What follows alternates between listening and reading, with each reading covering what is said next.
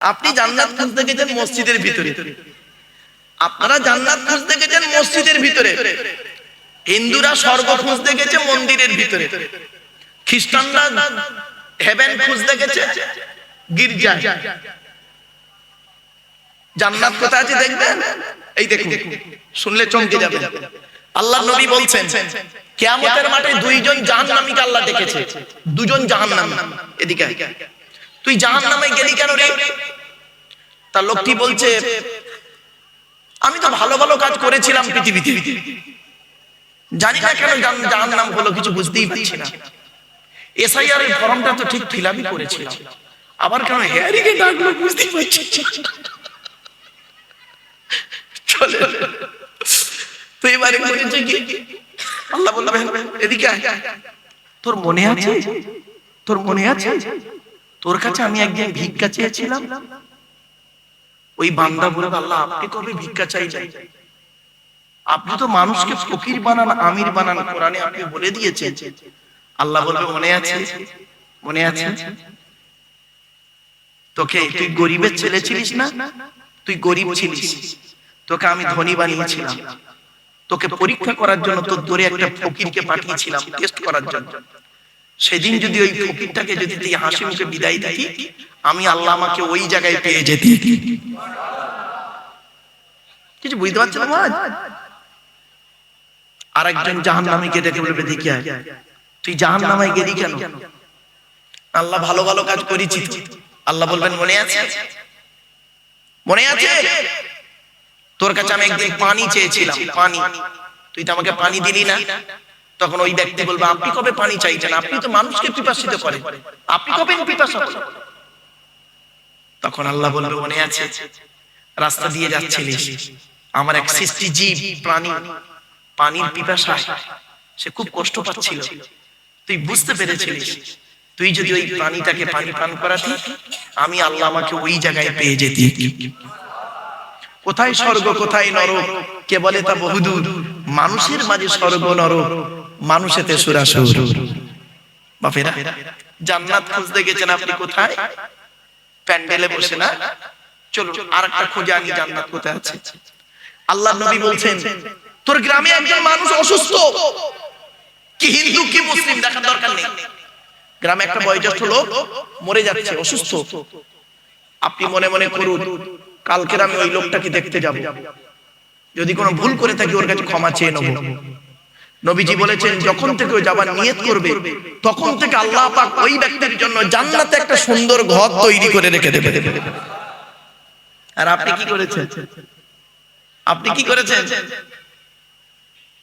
আপনার বাপের শরীর খারাপ, জানেন, রাগ করবেন না, আপনার বাপের শরীর খারাপ, মরণাপন্ন অবস্থা, আমাকে এসে বলছেন হুজুর আমার বাপের অবস্থা খুব খারাপ, আপনি একটু দেখে আসবেন চলুন না।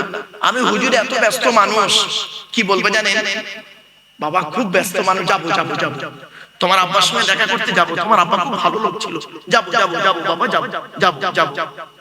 মনে মনে বলছে কবে যাবো জানিস, তোর বাপ মরু 40-এ খানা খেতে যাবো। কিছু বুঝতে পারবে না, তোর বাপ মরু 40-এ খানা খেতে যাবে।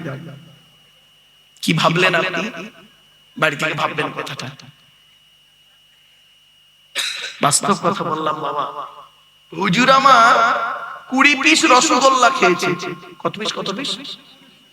20 পিস রসগোল্লা খাবার পরে হুজুর বাড়িওয়ালাকে বলছে বাবা চায়ে চিনি দিও না। কেন হুজুর? সুগার। তা তুই আগে যে 20 পিস রসগোল্লা খেলে ওগুলো কি নিম পাতার বড়ি?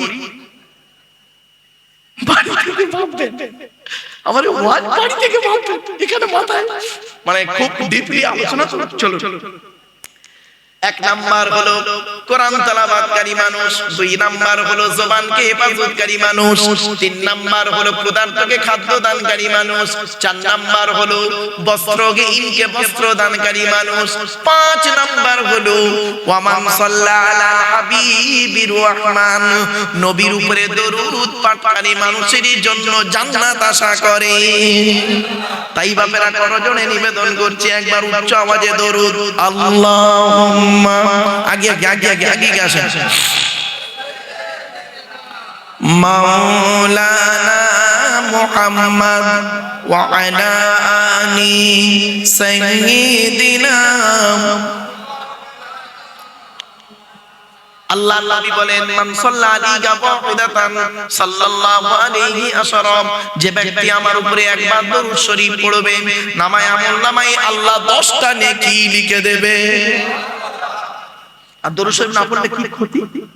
এ তো লাভটা বললাম, আপনারা লাভ শুনতে চান, ক্ষতিটা শুনুন। আচ্ছা দুটো লাভ বলি। আল্লাহর নবী বলেছেন মান সাল্লা আলাইহি আশরান ফি আউয়ালিন নাহারি ওয়া আশরান ফি আখিরিন নাহারি নালাতহু শাফাতি ইয়াউমাল কিয়ামাহ। আল্লাহর নবী বলেন যে ব্যক্তি দিনের শুরুতে আমার উপরে 10 বার দরুদ শরীফ পড়বে, দিনের শেষে আমার উপরে 10 বার দরুদ শরীফ পড়বে, ওই ব্যক্তির শাফাত ও সুপারিশ কিয়ামতের মাঠে আল্লাহ খুবই নিকটবর্তী করে দেবে। আরেকটা হাদিস, ইন্নাদ দুআ মাওকুফুম বাইনাস সামাই ওয়াল আরদি লা ইয়াসআদু মিনহু শাইউন হাত্তা তুসাল্লি আলা নবিকা। আল্লাহর নবী বলেন তোমরা যে দোয়া করো এই দোয়াটা আসমান আর জমিনের মধ্যবর্তী জায়গায় অবস্থান করে, ওই দোয়াটা উপরেও নিয়ে যেতে পারে না, নিচেও নামাতেও পারে না। হাত্তা তুসাল্লি আলা নবিকা, যতক্ষণ পর্যন্ত তোমরা নবীর উপরে দরুদ পাঠ না করে দোয়া চাও, অর্থাৎ নবীর উপরে দরুদ পড়ে দোয়া চাইলে ওই দোয়া আল্লাহর দরবারে কবুল হয়ে যায়। এমনি এমনি বললাম। এবার আসি দরুদ শরীফ না পড়লে কি ক্ষতিটা শুনে নিন। আল্লাহর নবী একদিন মসজিদে নববীতে ঢুকলেন, সাহাবীরা সব বসে আছেন মসজিদের ভিতরে। নবীজি মসজিদে নববীতে ঢুকলেন, প্রথম মেম্বার উঠে বললেন আমিন। আমিন মানে আল্লাহ তুমি কবুল করো, আমিন। সব চুপ। দ্বিতীয় মেম্বার উঠে বললেন আমিন। তৃতীয় মেম্বার উঠে বললেন আমিন। সাহাবীরা জিজ্ঞাসা করলেন ইয়া রাসূলুল্লাহ, মেম্বার উঠে আপনি আমিন আমিন করলেন কেন, একটু দয়া করে খুলে বলুন। আল্লাহর নবী বলেন এইমাত্র জিবরাইল ফেরেশতা এসে আমাকে সংবাদ দিল এই পৃথিবীতে 3 শ্রেণীর লোকের প্রতি আল্লাহর গজব জাহান্নাম। কে কে? এক নাম্বার নবী বললেন ওই লোকটার প্রতি আল্লাহর গজব যে লোকটা পৃথিবীতে রমজান মাস পেল, সুস্থ শরীর নিয়ে রোজা আদায় না করে কবরে গেল। অনেক মানুষ আছে বাবা রমজান মাস আসছে, দেখবেন সুস্থ শরীর নিয়েও রোজাটা আদায় করে না। আচ্ছা অনেক মানুষ দেখবেন রোজা করে না, ইফতারের মজলিসে বসে পড়ে ইফতার করে। বাবা ইফতার পার্টি করে ভালো জিনিস, তবে একটা কথা বলি, ইফতারটা প্রযোজ্য রোজাদারের জন্য, ঠিক না বেঠিক? বেরোজাদারের জন্য ইফতারের কথা হাদিসে বলা হয়নি বাবা। চল 2 নাম্বার হলো ওই লোকটার প্রতি আল্লাহর গজব যে লোকটা নাকি পৃথিবীতে পিতামাতা পেল আর পিতামাতার সেবা না করে কবরে গেল। এখানে অনেক ব্যক্তি আছে দেখবেন বাম্মার ভাত দেয় না। আল্লাহর নবী একদিন বসে আছেন, নবীজির ডান দিকে বসে আছেন আবু বকর সিদ্দিক রাদিয়াল্লাহু তাআলা আনহু, নবীর বাম দিকে বসে আছেন হযরত ওমর ফারুক রাদিয়াল্লাহু তাআলা আনহু। এমন অবস্থায় মদিনার তৎকালীন যুগের সবথেকে বড় ধনী লোকটা আসছেন, সাহাবীটার নাম হলো আমর জামু রাদিয়াল্লাহু তাআলা আনহু। কি বললাম বাবা? আমর জামু, লোকটার নাম, সাহাবীর নামটা মনে রাখবেন, আমর জামু। উনি আসছেন, পাশ থেকে সাহাবীরা বলছেন ইয়া রাসূলুল্লাহ এলাকার সবথেকে ধনী লোকটা আপনার কাছে আসছে। আল্লাহর নবী বললেন ওকে আসতে দাও, আসতে দাও। উনি এলেন, সালাম দিলেন, নবীজি বললেন বসো। বসলেন। কিছুক্ষণ পরে নবীকে প্রশ্ন করছে, শুনে নিন, নবীর সাহাবীরা নবীকে প্রশ্ন করেছেন জীবনে 17টা। কটা? এটা মনে রাখবেন, আল্লাহর নবীর সাহাবীরা নবীকে শেখার জন্য জানার জন্য প্রশ্ন করেছেন জীবনে 17টা, কোরআনে আছে। আর বাকি প্রশ্ন করেছেন অমুসলিমরা, বিভিন্ন অ্যাঙ্গেলের প্রশ্ন। তার মধ্যে একটা প্রশ্ন বলবো, একটু দাঁড়ান। সাহাবীদের প্রশ্ন আগে বলি। হযরত আমর জামু রাদিয়াল্লাহু তাআলা আনহু বলছেন ইয়া রাসূলুল্লাহ আল্লাহ আমাকে খুব অর্থ দিয়েছে, আমি একজন ধনী মানুষ। তো নবীজি বললেন আলহামদুলিল্লাহ। কি জানতে চাইছো বলো? সাহাবী বললেন হে নবী আপনি যদি একটু দয়া করে বলে দিতেন টাকা পয়সাগুলো কোথায় ব্যয় করলে আল্লাহ খুশি হবে, যদি একটু আমাকে বলে দিতেন আমি মরণের আগে টাকা পয়সা গুলো সেখানেই ব্যয় করে কবরে যেতাম। আচ্ছা, প্রশ্নটা ভালো না খারাপ একটু বলে? ভালো। ব্যাস, উনি প্রশ্ন করে বসে আছেন। ব্যাস, ওনাকে কেন্দ্র করে কোরআনের এই আয়াতটা তখন নাযিল হলো। ব্যাস, কি আল্লাহ বললেন, জিবরাইল চলে যাও। আমার নবীর সাহাবী নবীকে প্রশ্ন করেছেন, টাকা পয়সা কোথায় ব্যয় করলে আল্লাহ খুশি হবে? জিবরাইল এলেন, কোরআনের এই আয়াতটা তখন নাযিল হয়ে গেল। ইয়াসআলুনাকা মাযা ইউনফিকুন কুল মা আনফাকতুম মিন খায়রিন ফালিল ওয়ালিদাইনি ওয়াল আকরাবিন। 2 নম্বর পারা 12 নম্বর পৃষ্ঠা 13 নম্বর লাইন, সূরার নাম সূরা বাকারা। নবী তোমাকে ওরা প্রশ্ন করছে টাকা পয়সা কোথায় ব্যয় করলে আল্লাহ খুশি হবে।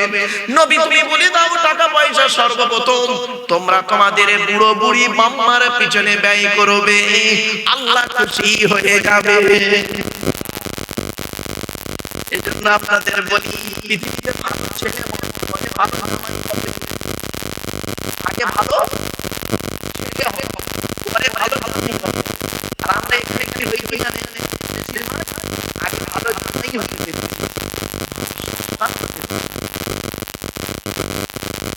আমার শ্বশুর বলে কি জানেন, আমার জামাই খুব ভালো।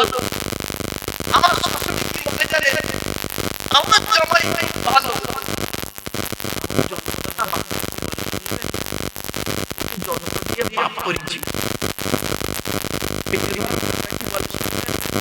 ওকে পেটে ধরে কেন? আদরি পেটে ধরলো, আড়াই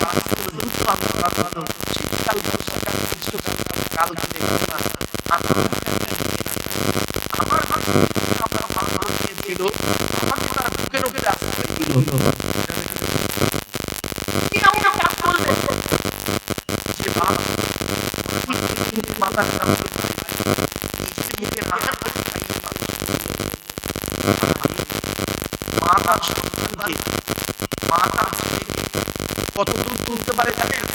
দেখেন আপনারা দেখেন, মা তার ছেলেকে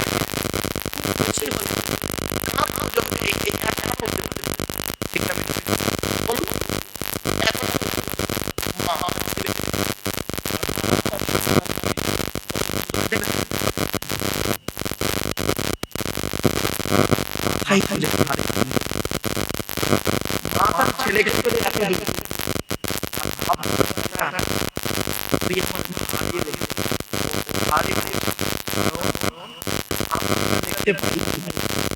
আমার ঘরে তুই আমার থেকে আরো দূরে তুই দেখ। জোরে বলুন সুবহান। মা নাই ছেলেকে কোলে করে, আর বাপ নাই ছেলেকে কাঁধে করে। কথা আছে? বাম্মা যাদের বেঁচে আছে গুরুত্ব দিন, বাম্মা যাদের মরে গেছে তারা কি করবেন শুনুন।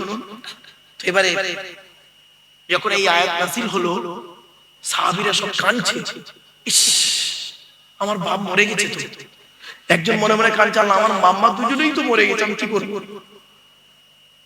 তখন একজন ব্যক্তি বললেন, ইয়া রাসূলুল্লাহ, আমি যুদ্ধের ময়দানে গিয়েছিলাম, এসে দেখছি আমার মা মারা গেছে, এখন আমি কি করব বলুন, কি করব?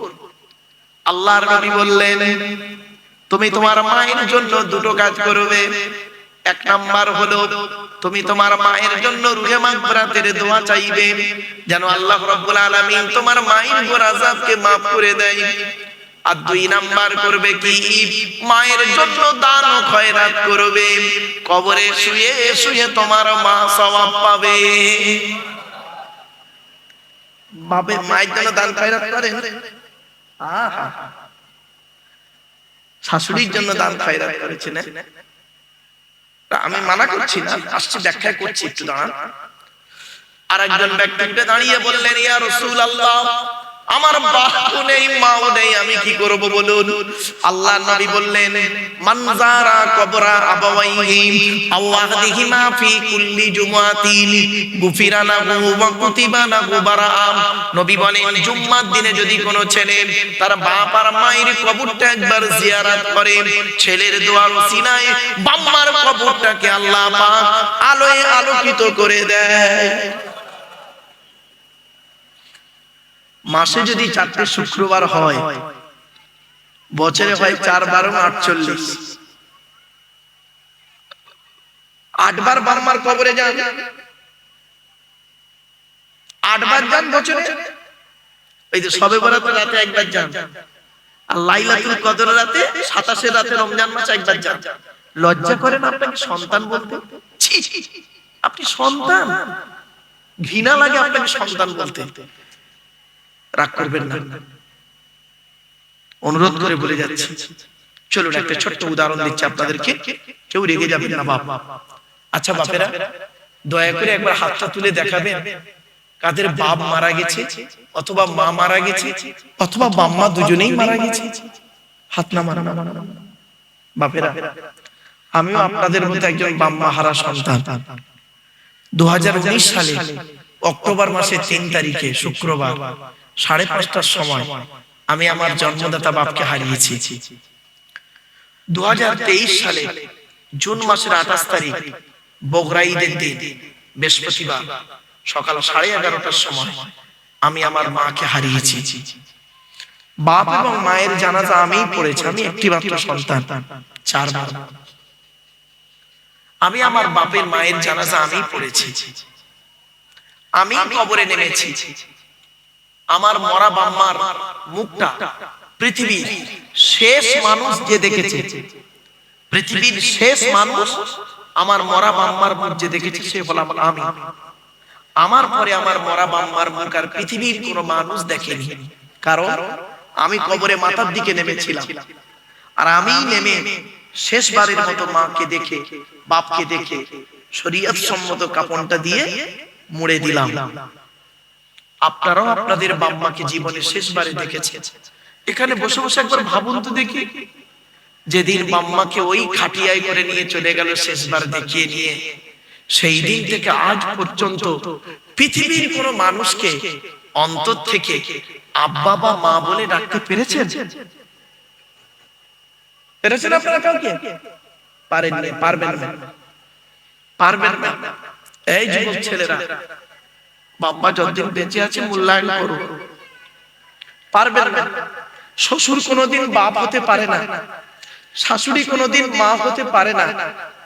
শ্বশুর তোমার বাপ হয়েছে 20 বছর পরে তার মেয়ে দেওয়ার কারণে, শাশুড়ি তোমার মা হয়েছে 20 বছর পরে তার মেয়ে দেওয়ার কারণে।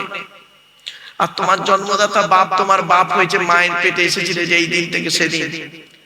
তোমার মা হয়েছে যেদিন মায়ের পেটে এসেছিল সেই দিন থেকে। এজন্য মায়ের ঋণ, বাপের ঋণ কেউ শুধতে পারবে না। গায়ের চামড়া কেটে যদি বাম্মার জুতো তৈরি করে দাও, ঋণ শোধ হবে না। কি ভাবছেন আপনি? শুনে রেখে দিন, যাদের বাম্মা বেঁচে আছে এখনো মূল্যায়ন করতে পারেননি, মনে রাখবেন, বাপ যদি অসুস্থ থাকে, বাড়িতে যদি বসে থাকে চেয়ারে, তথাপি অশান্তি। গ্রামের কোন লোক আঙুল তুলে কথা বলতে ভয় পাবে, ঠিক না? ঠিক। সে জানে ওর বাপ বেঁচে আছে। আর যেদিন বাম্মা মরে যাবে, চাচতো ভাইটা পিটে যাবে, আহা বলার কেউ নেই। বাম্মা এমন জিনিস, অন্ধকার নীরব নগরে চলে গেছে বাম্মা, তাদের জন্য দান খয়রাত করুন। কবরে শুয়ে আছে তারা, চাতক পাখির মতো চেয়ে আছে। আজকের এই জলসা হচ্ছে, আমাদের বাচ্চারা গিয়ে জলসায় বসে একটু দোয়া করবে আমাদের জন্য। আর আপনি জলসায় না এসে, প্রত্যেকটা বাড়িতে আজকে আত্মীয় এসেছে, ঠিক না? ঠিক বাবা? এই আত্মীয়দের বলে দিচ্ছি, খবরদার বাবা, এইভাবে আসবেন না।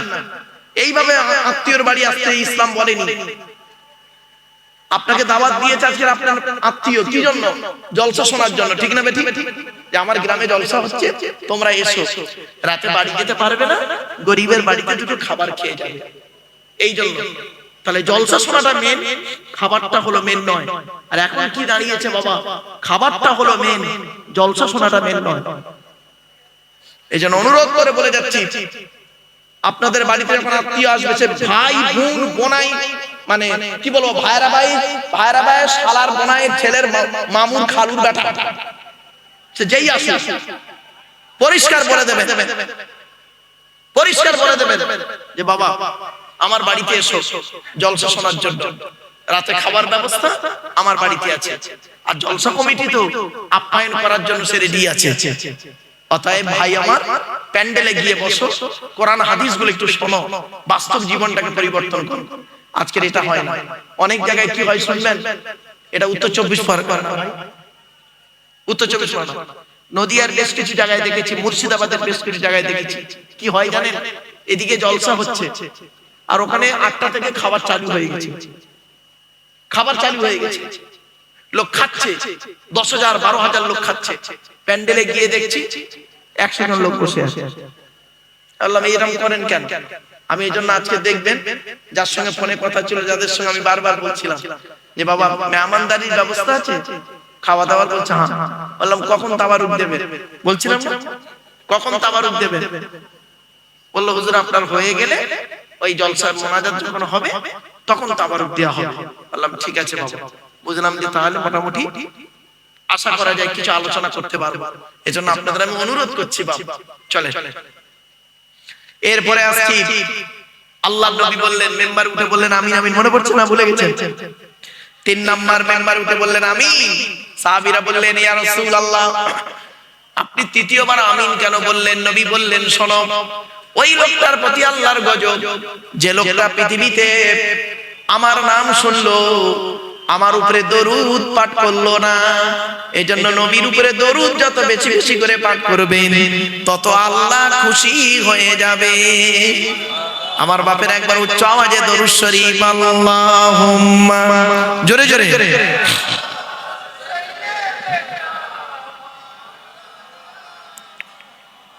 وعلى آل سيدنا مولانا محمد। এসো তোমরা ইসলামী, এসো তোমরা ইসলামী, হবে যে উজালা মক্কা মদিনা, নবী কামলিওয়ালা। আল্লাহুম্মা, জোরে জোরে জোরে জোরে বাবা। ওয়া আলা আলি সাইয়্যিদিনা। এই কোরআনে আছে 82 জায়গায়, কত জায়গায়? 82 জায়গায় বিভিন্ন অ্যাঙ্গেলে নামাজের কথা। আর এই কোরআনে আছে 92 জায়গায় লেখাপড়ার কথা। তো কোন সংখ্যাটা বেশি, 82 না 92? তাহলে লেখাপড়ায় পিছিয়ে কেন? লেখাপড়ায় পিছিয়ে কেন বলুন? যে জাতি লেখাপড়ায় পিছিয়ে সে জাতি সব দিকে পিছিয়ে। শত মূর্খ লয়ে আমি স্বর্গে নাহি যাব, দ্বাদশ পণ্ডিত নিয়ে পাতালেই রব। 100 জন মূর্খ মানুষকে নিয়ে স্বর্গে গিয়ে কোনো লাভ নেই বাবা। 12 জন শিক্ষিত লোককে নিয়ে নরকে থাকা অনেক ভালো। মূর্খ বন্ধুর থেকে শিক্ষিত শত্রু ভালো। আর আপনারা একটা কথা শুনে রাখবেন, ছেলেদেরকে যেমন মাধ্যমিক, উচ্চ মাধ্যমিক, বিএ পাস, এমএ পাস, আলেম, হাফেজ, মাস্টার, ডাক্তার, ইঞ্জিনিয়ার, প্রফেসর করাচ্ছেন, সাথে সাথে মেয়েদেরকেও মাধ্যমিক, উচ্চ মাধ্যমিক, BA pass, MA pass, আলেমা, হাফেজা, master, doctor, engineer, professor করাবেন। কারণ কি জানেন? ইংরেজিতে একটা কথা আছে, one mother's is equal to 100 teacher. একটা মা হলো 100 জন শিক্ষকের সমতুল্য। একজন পুরুষ যদি শিক্ষিত হয়, সে কেবল নিজেই শিক্ষিত হয়। একজন নারী যদি শিক্ষিত হয়, গোটা পরিবারটা শিক্ষিত হয়। আপনি কি ভাবলেন নারী শিক্ষার গুরুত্ব নেই? ভাবলেন কি করে? আপনি তো ছেলে মেয়েকে শিক্ষিত করেন। ছোট্ট একটা উদাহরণ দিচ্ছি, কেউ রেগে যাবেন না দয়া করে। আচ্ছা, বর্তমানে ইহুদিদের সংখ্যা বেশি না মুসলমানদের সংখ্যা বেশি? জোরে বলো। মুসলমানের সংখ্যা বেশি, ইহুদিদের সংখ্যা খুব কম, খুব কম। তো বর্তমানে মার খাচ্ছে কারা বেশি, ইহুদিরা না মুসলমানরা? কেন? যুক্তি কি বলে? যাদের সংখ্যা বেশি হয় আর যাদের সংখ্যা সীমিত হয়, কে কাকে মার খায়? যুক্তি বলে সংখ্যায় কম যারা তারা তো বেশি মার খাবে নাকি? তো মুসলমানদের সংখ্যা তো 200 কোটি, এরা মার খাচ্ছে কেন? ইহুদিদের হাতে এক নাম্বার হলো শিক্ষার অভাবে, টেকনোলজির অভাব, বিদ্যা বুদ্ধি বিবেক গবেষণার অভাব। এরা এই কোরআনটাকে নিয়ে, ইহুদিরা এই কোরআনকে নিয়ে কি করলো? ইহুদিরা এই কোরআন থেকে বের করলো পরমাণু বোমা, এই কোরআনই আছে। ইহুদিরা বের করলো ভৌতিক বিজ্ঞান, জীবন বিজ্ঞান, ভূগোল বের করলো। ইহুদিরা বের করলো পরমাণু বোমা। ইহুদিরা বের করলো এই কোরআন থেকে কি জানে? প্লেন, রকেট বের করলো। আজ আপনাদেরকে কিছু আয়াত দিয়ে বলবো কোথা থেকে কিভাবে বের করছে। ইহুদিরা বের করলো কি? আপনারা আধার কার্ড করেছেন তো? তা আধার কার্ড করার সময় অফিসাররা আপনাদের দুটো কথা বলেছিল, খেয়াল করে দেখুন। এক নাম্বার বলেছিলেন চোখটা বড় করে চান তো, বলেছিলেন। আর একটা মেশিন চোখে ধরেছিলেন, 1500 বছর আগে ইঙ্গিত দেওয়া আছে এই কোরআনে সেই কথাটা। আরেকটা বলেছিল, করেছিল কি? এই দুটো বুড়ো আঙুলকে নিয়ে একটা কাঁচের উপরে চেপে ধরেছিল। হ্যাঁ, 1500 বছর আগে কোরআনে এই কথাটা ইঙ্গিত দেওয়া আছে। আপনি তো ভাবেননি, আপনাদের সবই রয়েছে এর ভিতরে। ইহুদিরা এইটাকে নিয়ে গবেষণা করে বের করলো। আর মুসলমানদের কিছু মৌলবি কি করলো? মুসলমানদের কিছু মৌলবি, সকলে নয়, এই কোরআনটাকে নিয়ে ব্যবহার করলো কিভাবে? তেল পড়া, পানি পড়া, ওয়াজ করা, খতম পড়া, তাবিজ পড়া, ঘর বন্ধ করা, আর নিজেদের মধ্যে খালি মারামারি করা। কিরকম মারামারি? গোল টুপি, লম্বা টুপি, চেরা জামা, ফাড়া জামা, তবলিগ, ফুরফুরা, বেরেলি, ওয়াহাবি, জামাতি ইসলামী, আহলে হাদিস, বুকে হাত বাঁধা, নাভির নিচে হাত বাঁধা, জোরে আমিন বলা, আস্তে আমিন বলা, কিয়াম করা না করা, মারামারি করা কি? আবার কি? 20 রাকাত তারাবি না 8 রাকাত তারাবি, এইলে মারামারি। এ ওর বলে কাফের, ওর বলে কাফের, এ মুসলমান না। এরা কোরআন নিয়ে গবেষণা করে নিত। যারা কোরআনকে নিয়ে গবেষণা করেছে তাদের চিন্তা ভাবনা এরকম থাকবে না। ছোট্ট একটা কথা আপনাদের বলি, প্রাসঙ্গিক কথা এলো তাই বলছি। ইহুদিদের একটা কিতাব আছে, নাম হলো তালমুদ। কি কিতাব? তালমুদ। ওই কিতাবে লেখা আছে, এই ইহুদিরা ততদিন তোমরা মুসলমানদের সঙ্গে যুদ্ধে জয়লাভ করতে পারবে, মুসলমানরা তোমাদের কাছে হেরে যাবে ততদিন। যেদিন তোমরা দেখবে এমন একটা দিন আসবে, সেদিন তোমরা মুসলমানদের সঙ্গে আর পারবে না, হেরে যাবে। কবে? যেদিন তোমরা মুসলমানদেরকে দেখবে মুসলমানরা জুম্মার নামাজের জামাত, মুসলমানদের জুম্মার নামাজের জামাত ফজরের নামাজের জামাতের সমান হবে। আমি কি বোঝাতে পারছি আপনাদের? তার মানে জুম্মায় যত লোক নামাজ পড়বে তত লোক ফজরের নামাজে হাজির হবে। যেদিন তোমরা দেখবে সেই দিন থেকে বুঝে নেবে আজ থেকে আমরা আর মুসলমানদের সঙ্গে পারবো না, হেরে যাবে। আর ইহুদিরা এটা ভালো রকম জানে, লক্ষ্য রাখে যে মুসলমানদের ফজরের নামাজ আর জুম্মার নামাজের সংখ্যাটা কতটা দেয়, তো খবর দিয়ে দেয়। এরা জুম্মার নামাজে 3 তালা ভর্তি করে দেয়, আর ফজরের নামাজে ইমাম সাহেব আর 5টা বুড়ো ছাড়া আর কেউ পাওয়া যায় না। ওরা বুঝেই নিয়েছে এদের যত মারবি কোনো পাপ হবে না। এরা তো সেই মুসলমানের বাচ্চা নয়। কোন মুসলমান? 313 জন মুসলমানকে নিয়ে বদরের যুদ্ধের প্রান্তরে হযরত মুহাম্মদ সাল্লাল্লাহু আলাইহি সাল্লাম 1000 শত্রুর মোকাবেলা করতে গিয়ে মাত্র 14 জনকে হারিয়ে ইসলামের পতাকা পথেছিলেন। এরা সেই মুসলমানের বাচ্চা, এরা নয়। এরা কনভার্টেড মুসলমান। এরা এমন মুসলমান, এরা টাকার মাধ্যমে, চেয়ারের মাধ্যমে, একটু খাবারের মাধ্যমে, বিভিন্ন কারণে নিজের ঈমানটাকে শেষ করতে এদের দ্বিধাবোধ হয় না। আল্লাহর কোরআনকে অস্বীকার করতে এদের কাছে কোনো ব্যাপারই নয়। অতএব এদের ঈমান আর তাদের ঈমান আসমান আর জমিন তফাৎ। ছোট্ট একটা উদাহরণ দিচ্ছি। পায়ে যদি আঘাত লাগে, মাথা যদি টের না পায়, বুঝতে হবে পাটায় আপনার প্যারালাইসিস হয়েছে। আমার ভাষা বুঝতে পারছেন আপনারা? আবার বুঝতে পারছেন কি? আচ্ছা টেনে টেনে বললে ভালো হয় কি? হ্যাঁ, আচ্ছা একটু দাঁড়ান, টেনে দিচ্ছি বাবা, একটু গরম হয়ে যাক মালটা। কেন টান না দিলে বললো বক্তা বেকার। শুনে নিন, পায়ে যদি আঘাত লাগে, মাথা যদি টের না পায়, তাহলে বুঝতে হবে পাটায় আপনার প্যারালাইসিস হয়েছে, সার নেই। এটা বুঝতে পারছেন কথাটা? এবার আসি, হে মুসলমান, সারা পৃথিবীর মুসলমানের কষ্ট দেখে যদি তোমার অন্তরটা না কাঁদে, সারা পৃথিবীর মুসলমানদের কষ্ট দেখে যদি তোমার অন্তরটা যদি না কাঁদে, তাহলে জানতে হবে তোমার ইমানে ক্যান্সার হয়েছে। তোমার ইমানটাই না, ইমানে ক্যান্সার হয়েছে, ইমানটাই প্যারালাইসিস হয়ে গেছে। কথাটা আমি বাস্তব কথা বললাম বাবা, বাড়িতে গিয়ে ভাববে। চলো এবার আসছি, জলসা যখন দেবেন, শ্রোতা, বক্তা বলেছি, কমিটি বলেছি, এবার আছে শ্রোতা। বাবা শ্রোতা হতে গেলে আপনাদের তিনটে জিনিস থাকা লাগবে। আমার মা বোনদের বলি, মায়েরা বোনেরা, তিনটে জিনিস ঠিক রাখবেন শ্রোতা হতে গেলে। এক নাম্বার, শরীর পাক। তো এখানে যারাই বসে আছেন প্রত্যেকের শরীর পাক আছে। হয়তো এখন অনেকের ওজু নাও থাকতে পারে, কিন্তু শরীরটা কি বলুন, একটু কথা বলো, শরীরটা পাক আছে। হয়তো ওজু নাও থাকতে পারে। দু নাম্বার, কাপড় পাক। তো যে যেমন কাপড় পরে আছেন প্রত্যেকের কাপড় আশা করি পাক আছে। তিন নাম্বারটা খুব ইম্পর্টেন্ট, জায়গা পাক। এই জায়গাটা নিয়ে একটু সন্দেহ আছে আমার বাবা, একটু খুলে বলি, আপনাদের রাগ করবেন না কেউ।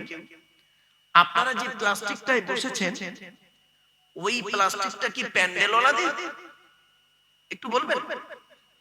হ্যাঁ, প্যান্ডেলওয়ালা দিয়ে, তাই তো নাকি? যেগুলো বিছানা আছে, হ্যাঁ হ্যাঁ, প্যান্ডেলওয়ালা দিয়েই হয়। শুনে নিন, এই প্লাস্টিকটা যদি প্যান্ডেলওয়ালাদের হয়, আমার ধারণা ঠিক হতে পারে, ভুল হতে পারে। 99% নাপাক থাকে। কেন বললাম?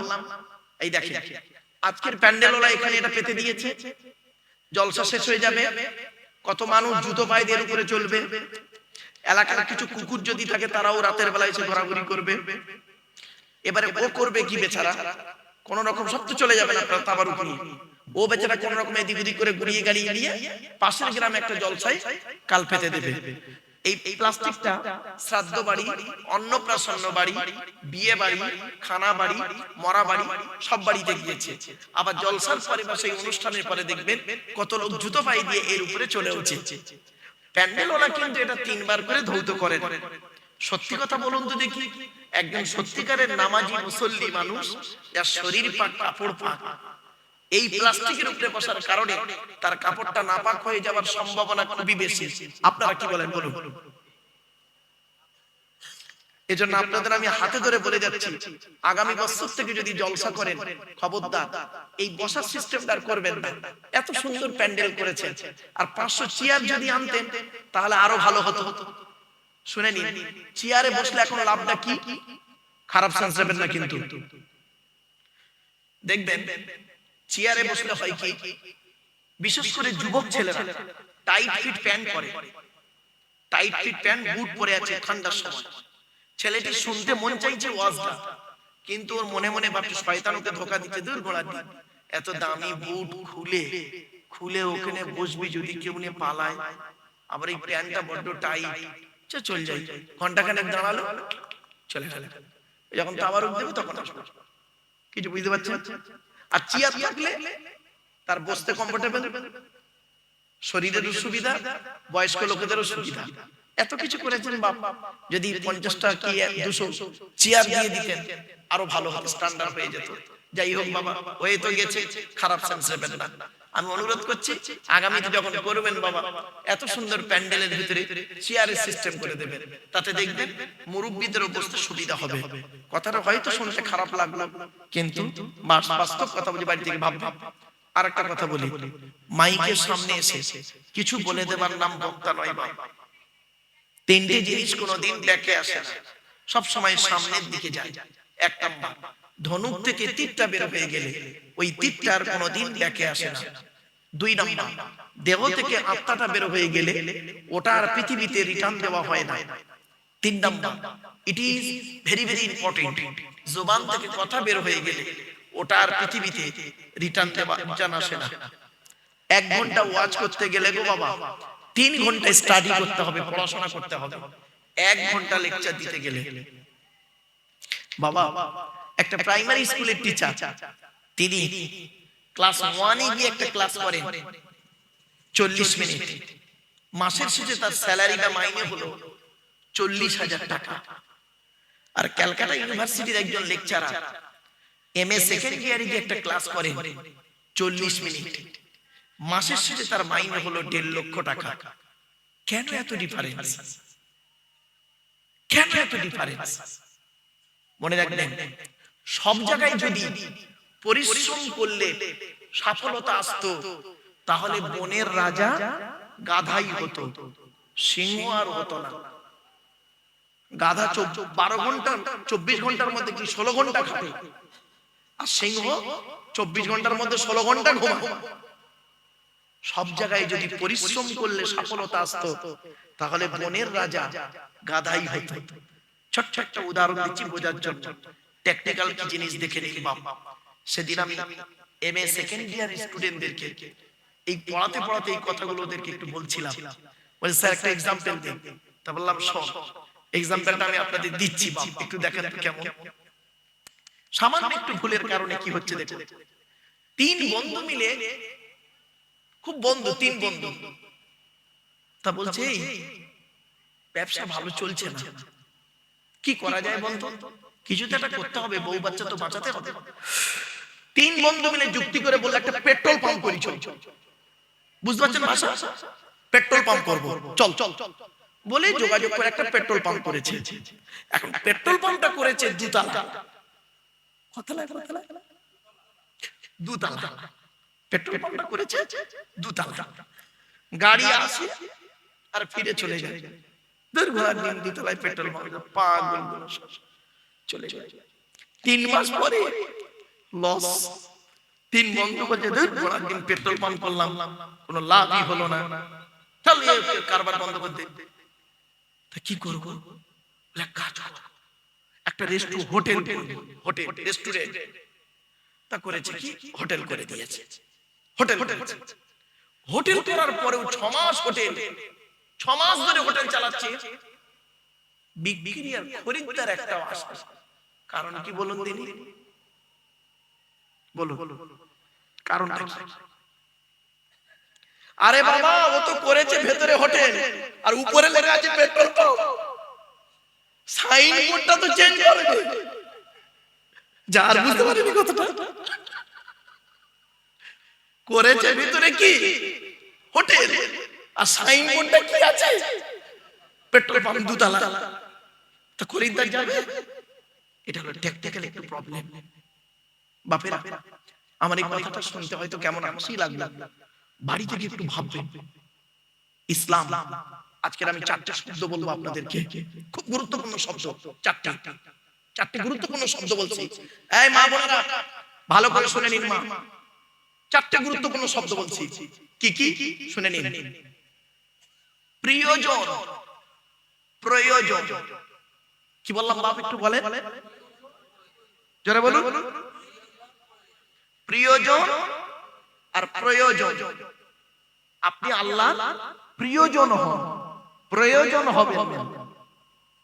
আপনি বিপদে পড়েছেন, আল্লাহকে ডাকছেন, রব্বানা জালামনা আনফুসানা, হুজুর মুখ তুমুক দোয়া কর, আমি আমার বইয়ের পেটে বাচ্চা কি হবে আল্লাহ তুমি ঠিক করে দাও। আল্লাহ বলল ঠিক আছে, ঠিক আছে, তো ঠিক করে দিলাম। আর যেই বাচ্চা হয়ে গেল, নরমালি হয়ে যাওয়ার পরে না, ও আল্লাহকে ভুলে গেল। এটা হলো প্রয়োজন, স্বার্থপর। আর প্রিয়জন যে হবে, সুখ দুঃখে সব সময় আল্লাহকে স্মরণ করবে। এজন্য আপনাদেরকে বলি, প্রয়োজন না হয়ে প্রিয়জন হন। যারাই আল্লাহর প্রিয়জন হয়েছে, তারাই আল্লাহর ওলি হয়েছে। সে যেই হোক, সে যে বংশেরই হোক না কেন, প্রিয়জন প্রয়োজন। মা বোনেরা ভালো করে শুনে নিন, আপনি আপনার স্বামী প্রিয়জন হন, প্রয়োজন। পুরুষদের বলে যাচ্ছে, আপনি আপনার স্ত্রী প্রিয়জন, প্রয়োজন। কিছু বুঝতে পারছেন না? এই শব্দ দুটো যেখানে সেখানে সেটিং করতে পারবে, যে প্রিয়জন আর প্রয়োজন, এটা মাথায় রাখবেন। আল্লাহর প্রিয়জন, ছোট্ট একটা উদাহরণ দিচ্ছি। আপনারা আল্লাহকে ভালোবাসেন? আরে ভাই বলুন না। আপনি যেখানে বললেন আল্লাহকে আমি ভালোবাসি, আপনি বাড়ি থেকে ভাববেন আল্লাহ কি আমাকে ভালোবাসে? ব্যাস। আপনি নবীকে ভালোবাসেন, নবী কি আপনার ভালোবাসে? ব্যাস। এই যুবক ছেলে, তুমি শাহরুখ খানকে ভালোবাসো, শাহরুখ খান কি তোমার ভালোবাসে? ব্যাস। ওই উত্তরটা খুঁজে বের করো, বুঝে নেবে। আপনি জান্নাতের আশা করেন, জান্নাত কি আপনার আশা করে? ব্যাস। আল্লাহ নবী একদিন বললেন তোমরা জান্নাতের আশা করো? সাহাবীদের বলছেন, বলছে জি জান্নাতের তো আশা করি। আল্লাহ নবী বললেন জান্নাত কার আশা করে? সাহাবীরা পুরো চুপ। জান্নাত আমরা আশা করি নাকি? আল্লাহ নবী বললেন হ্যাঁ, এই পৃথিবীতে 5 শ্রেণীর লোকের জন্য জান্নাত চাতক পাখির মতো চেয়ে থাকে, আল্লাহ ওই লোকটাকে আমার কাছে পাঠান, ওর মৃত্যু দেন তাড়াতাড়ি, দিয়ে আমার কাছে পাঠান। 5 শ্রেণীর লোক। কয় শ্রেণীর লোক? আমার মা বোন বাবাজিরা শুনে নিন 5 শ্রেণী কি কি। আল্লাহ নবীর হাদিস, ইন্নাল জান্নাতা তাশতাকু ইলা খামসাতি নাফার, জান্নাত 5 শ্রেণীর মানুষের জন্য আশা করে। 1 নাম্বার হলো তালিয়াল কোরআন, প্রতিদিন কোরআন তেলাওয়াতকারী মানুষ, আমলকারীর জন্য জান্নাত আশা করে। 1 নাম্বারই ফেল। এখানে যত পুরুষ বসে আছে বেশিরভাগ পুরুষ কোরআন পড়তে পারে না, ঠিক না বেটা? আর ওখানে যত নারী বসে আছে বেশিরভাগ মা বোন কোরআন পড়তে পারে। আচ্ছা এটা কেন হলো বলো? এটা এই সর্বনাশটা হলো কেন? জলসা তো নারীরা দেয় না, ওরা তো চাঁদা দেয় শুনতে আসে, তো পুরুষরা তো কষ্ট করে জলসা দেয়, তা পার্সেন্টেজে এত ডিফারেন্স হলো কেন? কেন সর্বনাশটা কোথায় করেছেন শুনে নিন। হুজুর আপনাদের এখানে কি ওই বিয়ে দেখাশোনা করে বিয়ে হয় না সব অনলাইনে আসে? কোনটা বাবা? মানে অনলাইন অফলাইন দুটোই চলে। আচ্ছা আমি তো হাসির ছলে বলি মাইন্ড ফ্রি করার জন্য বাবা। আচ্ছা শুনেন কত বড় সর্বনাশ করেছেন শুনুন, আপনারা রাগ করবেন না কি? আপনারা যখন মেয়ে দেখতে গিয়েছিলেন, মেয়ে দেখতে গিয়ে মেয়েটিকে আপনারা 4টা প্রশ্ন করেছিলেন। 4টে কি কি? 18 বছর প্লাস মেয়েটা উচ্চ মাধ্যমিক পাস করেছে আমডাঙ্গা হাই স্কুল থেকে। আপনারা গিয়েছেন 18-20 জন গিয়েছেন একটা মেয়েকে দেখতে, একটা মেয়েকে নির্বাচন করতে গেছেন 18-20 জন, 5টা বুড়ো, 5টা জওয়ান, 5টা বেওয়ালা, 5টা চারানা আটানা মানে বাচ্চা, 5টা মেয়ে, মোট 20 জন গিয়েছে একটা মেয়েকে দেখতে। যে বিয়ে করবে সে যায়নি, সে বাড়িতে বসে আছে। এই 20 জন গিয়ে কি দেখছে? মেয়েটা উচ্চ মাধ্যমিক পাস করেছে, সবে খাওয়া দাওয়া করে আসছে, সামনে একটা চেয়ার আছে, মেয়েটা এসে বলল আসসালামু আলাইকুম। ইন্টারভিউ দিচ্ছে 20 জন লোকের সামনে। ওয়ালাইকুম আসসালাম, বসো মা বসো বসো। তা মেয়েটা বসলো। প্রথম প্রশ্ন করছেন আপনারা তোমার নাম কি? তা মেয়েটা একটা উদাহরণ, জাস্ট ফর এক্সাম্পল, মেয়েটি তার নামটা বলল Mosammat Jonjali Khatun, just for example. তারপরে প্রশ্ন করেছেন তোমার বাপের নাম কি? তা মেয়েটা ধরুন উদাহরণ দিয়ে বলল, একটা জাস্ট নাম বলল মোহাম্মদ চিটিংবাজ আলী মোল্লা। আরে আব্দুল গফফার আব্দুল জব্বার বলে ফেসে গেছিলাম এক জায়গায়। আমি এই এক্সাম্পলটা দিতে গিয়ে খালি বলেছি ধরুন মেয়েটি বলল আমার বাপের নাম আব্দুল গফফার মোল্লা। এখন আব্দুল গফফার মোল্লা নামে একজন হাজী সাহেব প্যান্ডেলে ছিল, উঠে দাঁড়িয়ে বলছে আল্লাহর কসম হুজুর আমার কোনো মেয়ে নেই। আমি তখন এই এক্সাম্পলটা সেদিন থেকে বাদ দিয়ে দিয়েছি। চল চল। আরে 2 নাম্বার। 3 নাম্বার প্রশ্ন করলেন মেয়েটিকে, শোনেন কোথায় গিয়ে দাঁড়াচ্ছে দেখো। আমার বক্তব্য মিচড়ি ছুরি। মিচড়ি ছুরি বলছেন মুখে মিষ্টি মিষ্টি মিষ্টি মিষ্টি কথা বলবো, অন্তরে ছুরি মারা। জ্ঞানী যারা বোঝে তারা শুধু ইশারা। চল চল চল। 3য় প্রশ্ন করছেন মেয়েটিকে তোমার মায়ের নাম কি? তা মেয়েটা ধরুন বলল মুসাম্মাত হিংসুটি বিবি। 4 নাম্বার প্রশ্ন আপনারা কি করেছিলেন মেয়েটাকে বলুন তো দেখি, তুমি কোরআন পড়তে পারো? ঠিক না বেটা? তো মেয়েটা বলল জি। পড়ো। অত লোকের সামনে মেয়েটা কোরআন পড়া শুনলেন। তারপরে মেয়েটিকে বললেন যাও, ভালো কথা। এবার মেয়ের তরফ থেকে ছেলের বাড়ি গিয়েছেন ছেলে দেখতে। চারটে প্রশ্ন করেছেন ছেলেকে। কি কি প্রশ্ন শুনুন। তোমার নাম কি? ছেলেটিকে বললেন। তোমার বাপের নাম কি? 3 নাম্বার প্রশ্ন কি করলেন? তোমরা ক ভাই বোন? 4 নাম্বার কি করেছিলেন? তুমি কি ইনকাম করো? একবারও কি বলেছিলেন এই ছেলে কোরআন পড়তে পারো? ওযু গোসল তায়াম্মুমের ফরজ জানো? পাক না পাকটা একটু বোঝো? বলেননি একবার। আচ্ছা দেখাশোনা শব্দের অর্থটা কি? ওই গিয়ার ভালো মন্দ খেয়ে চলে আসা? যারা যারা দেখাশোনায় গেছে ওদেরকে কবরে দেবে। যে সমস্ত ছেলে মেয়েগুলো কবরে দেখাশোনায় গেছে, বিশেষ করে বুড়োগুলো, এদের কম ধরা ধরবে না। কবরে ঢুকো, কাল থেকে আর দেখাশোনায় যাবে না। ভাই রে এরকম ওয়াজ করেছি, একটা বুড়ো উঠে গিয়ে আমাকে বলছে হুজুর আল্লাহর কসম 10 দিন বাঁচবো, আর দেখাশোনায় যাবো না। আমি বলছি না রে বাবা, গিয়ে এই প্রশ্নগুলো করবে, এটা আপনার দায়িত্ব। চলে আচ্ছা ফলে কি দাঁড়ালো? বিয়ের 40 বছর পর, ধরুন 25 বছর বয়সে ছেলেটা বিয়ে করেছে, ওর সঙ্গে 40 যুক্ত করেন, কত হবে বাবা? 65, মানে 65 বছরের বুড়ো। বিয়ের 40 বছর পরে বুড়িগুলো কোরআন পড়তে পারে, আর বুড়োগুলো কোরআন পড়তে জানে না, পারে না। চায়ের দোকানে বসে লোকের গোজা মারে। ঠিক না? এই জন্য নবীজি বললেন তোমরা জান্নাতের আশা করো। আলেম উলামারা বলেছেন এটা করলে জান্নাতি, ওটা করলে জান্নাতি। আল্লাহর নবী বলেছেন তুমি জান্নাতের আশা করো। জান্নাত কি তোমার আশা করে? একবার লক্ষ্য রাখো। ইন্নাল জান্নাতা তাশতাকু ইলা খামসাতি নাফার।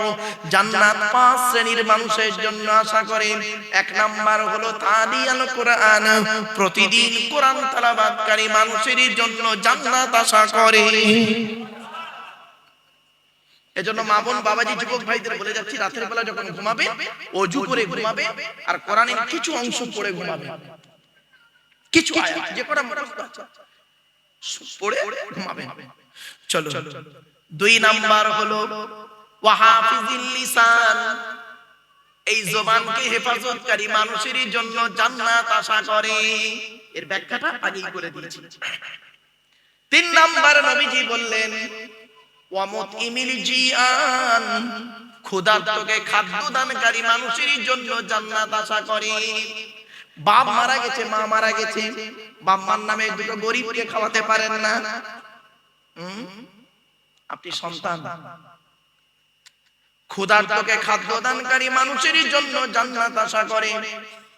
4 নাম্বার হলো ওয়ামুকসিলি উরিয়ান, বস্ত্রহীনকে বস্ত্র দানকারী মানুষের জন্য জান্নাত আশা করে। জলসা দিয়েছেন, ভালো কাজ করেছেন, যদি 20টা লুঙ্গি এনে 20টা কাপড় এনে যদি 20 জনে হিন্দু মুসলমানকে যদি দান করতেন, আপনাদের দেওয়া কাপড়টাই যদি সে লজ্জাস্থান ডেকে সমাজের বুকে ভালো কাজ করত, জান্নাত ওই লোকের জন্য আশা করে।